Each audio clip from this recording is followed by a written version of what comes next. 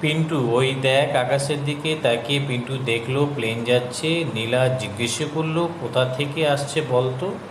পিন্টু বিজ্ঞের মতো জবাব দিল, অনেক দূর থেকে। নীলা বলল, এরোপ্লেনটা ঠিক যেন পাখি। নীলা বলল, হ্যাঁ, ঠিক যেন চিলের মতো। এই এমনি করে শোঁ করে উড়ে যায়। হাত দুটো উপরে তুলে সামনে বেরিয়ে পিন্টু দৌড়ে চলে গেল। নীলা চলল তার পিছু পিছু। ডাঙায় চলাফেরার জন্য মানুষ বানালো গাড়ি, জলে যাতায়াতের জন্য নৌকো জাহাজ, কিন্তু আকাশে উড়বে কি করে চেষ্টা করতে করতে একদিন সে বানিয়ে ফেললো এরোপ্লেন। বিজ্ঞান অসম্ভবকে সম্ভব করলো। ধরো ব্যস্ত কোনো মানুষ, খুব দূরে কোথাও চলে যেতে হবে, হাতের সময় বড় কম, গাড়িতে বা জাহাজে গেলে দেরি হয়ে যাবে। তিনি তখন এরোপ্লেনে চড়ে বসলেন। ব্যাস, খুব কম সময়ে তিনি গন্তব্যস্থানে পৌঁছে গেলেন। দিন দিন এরোপ্লেনও কত উন্নতি হয়েছে, আকারে বড় হয়েছে, গতি দ্রুততর হয়েছে।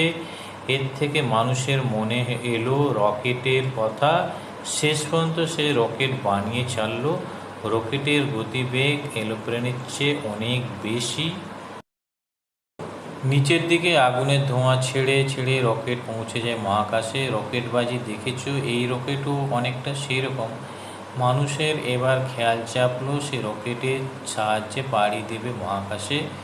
দিন যায়, বছর গড়ায়, ভিতরে ভিতরে সব দেশই তোড়জোড় করছে কে আগে মহাকাশ যান পাঠাতে পারে মহাকাশে।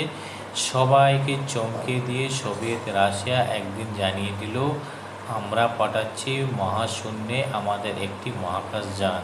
যেই কথা সেই কাজ। 1957 সালে রুশ মহাকাশ যান আকাশে উড়ল। তার নাম স্পুটনিক। যাত্রী লাইকা, একটি কুকুর। স্পুটনিকের গতি ঘন্টায় 28,000 কিলোমিটার। কীরকম অবিশ্বাস্য ঘটনা একবার ভাবো। তার 4 বছর পর রাশিয়া আবার ছাড়ল আর একটি মহাকাশ যান, এটির নাম ভস্তক। সারা পৃথিবীকে হতবাক করে দিলেন ইউরি গ্যাগারিন। কেন তিনি ছিলেন ভস্তকের ভিতরে? প্রথম মহাকাশচারী মানুষ। ভস্তক তাকে নিয়ে উঠে গেল মহাশূন্যে পৃথিবী ছাড়িয়ে। পৃথিবী থেকে তাকে জিজ্ঞেস করা হলো, মহাকাশ থেকে পৃথিবীকে কেমন দেখছেন আপনি? গ্যাগরিন মুগ্ধ কণ্ঠে বললেন, সুন্দর, বড় সুন্দর দেখাচ্ছে মহাকাশ থেকে আমাদের পৃথিবীকে। মেয়েরাও পিছিয়ে রইলেন না। ভ্যালেন্তিনা তেরেস্কোভাও হলেন মহাকাশ যাত্রী। তিনিও ছিলেন রাশিয়ার মেয়ে।